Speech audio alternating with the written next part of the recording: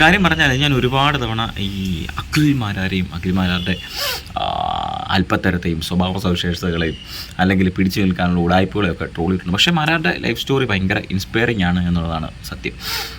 അപ്പോൾ നിങ്ങൾ ആദ്യം മാരാരുടെ ഒരു വീഡിയോ ഞാൻ കാണിക്കാം, അതൊന്ന് കണ്ടു നോക്കുക.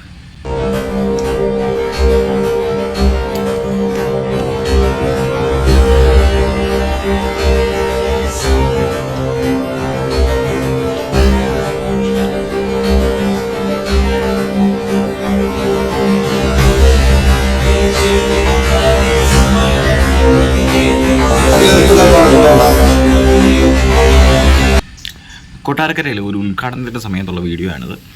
ദുൽഖർ സൽമാൻ അവിടെ ഉദ്ഘാടനം ചെയ്യാൻ പറ്റുന്നു. അഖിൽമാരാർ സെൽഫി എടുക്കാൻ പോകുന്നു, തട്ടി മാറ്റപ്പെടുന്നു. ഇനി അഖിൽമാരാരുടെ ഒരു റീസെൻറ്റ് വീഡിയോ, അല്ലെങ്കിൽ ഇന്നലെയോ മിനിഞ്ഞാന്നോ ഷൂട്ട് ചെയ്ത അഖിൽ ഇൻസ്റ്റഗ്രാമിൽ പങ്കുവെച്ചൊരു വീഡിയോ ഞാൻ ഈ കൂടെ നിങ്ങളെ കാണിക്കാം, ഒന്ന് കണ്ടു നോക്കാം.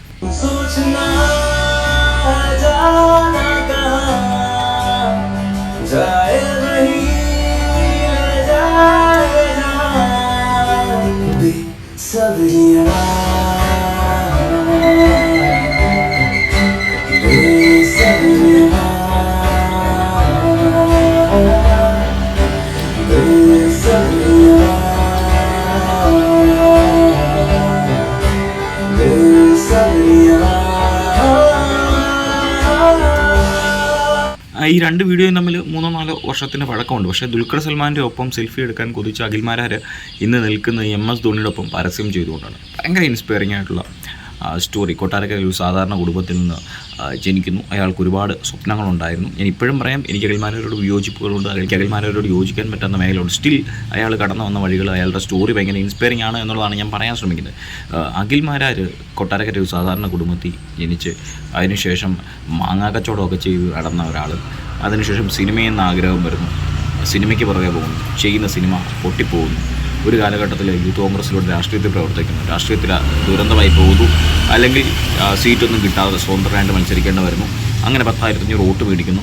അവിടെ നിന്നും രാഷ്ട്രീയം ഉപേക്ഷിച്ച്, അല്ലെങ്കിൽ രാഷ്ട്രീയം തീർന്ന് പിന്നീടാണ് അയാൾ സിനിമയിലേക്ക് മുമ്പ് പറയുന്ന പോലെ വരുന്നത്. ആ സിനിമ വരുന്ന സമയത്ത് അയാൾ ചെയ്യുന്ന സിനിമ ഒരു അധിക അവലോകനം വിജയിക്കുന്നില്ല, ഒരുപാട് വിമർശനം ഏറ്റുവാങ്ങേണ്ടി വരുന്നു. അതിനുശേഷം വിവാദങ്ങളോട് വിവാദം, ചാനൽ ചർച്ച അങ്ങനെ പോയിരിക്കുന്നു. അവിടുന്ന് വിവാദങ്ങളിൽ പെടുന്നു, ഒരു വിവാദ താരമായിട്ട് വരുന്നു, കേരളത്തിൽ ഏറ്റവും വെറുക്കപ്പെടുന്ന ആൾക്കാരിൽ ഒരാളായിട്ട് മാറുന്നു. അങ്ങനെ നിൽക്കുന്ന സമയത്താണ് മാരാർക്ക് ഈ ബിഗ് ബോസിൻ്റെ ഇൻവിറ്റേഷൻ കിട്ടുന്നത്. പിന്നെ നമുക്കറിയാവുന്ന അഖിൽമാരാരാണ്. പക്ഷേ ബിഗ് ബോസിൽ പോകുന്നു.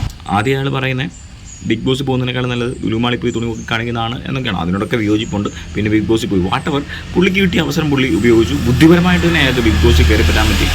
ബിഗ് ബോസിൽ അതിമനോഹരമായിട്ട് കളിച്ച് അയാൾ ബിഗ് ബോസ് വിജയിച്ചു. ബിഗ് ബോസിൻ്റെ ചരിത്രത്തിലെ ഏറ്റവും മികച്ച പ്ലേയേഴ്സിൽ ഒരാളായിട്ട്, അല്ലെങ്കിൽ ഏറ്റവും മികച്ച താരങ്ങളിലൊരായിട്ട്, സ്റ്റാറായിട്ടൊക്കെ അയാൾക്ക് ഇറങ്ങി വരാൻ പറ്റി.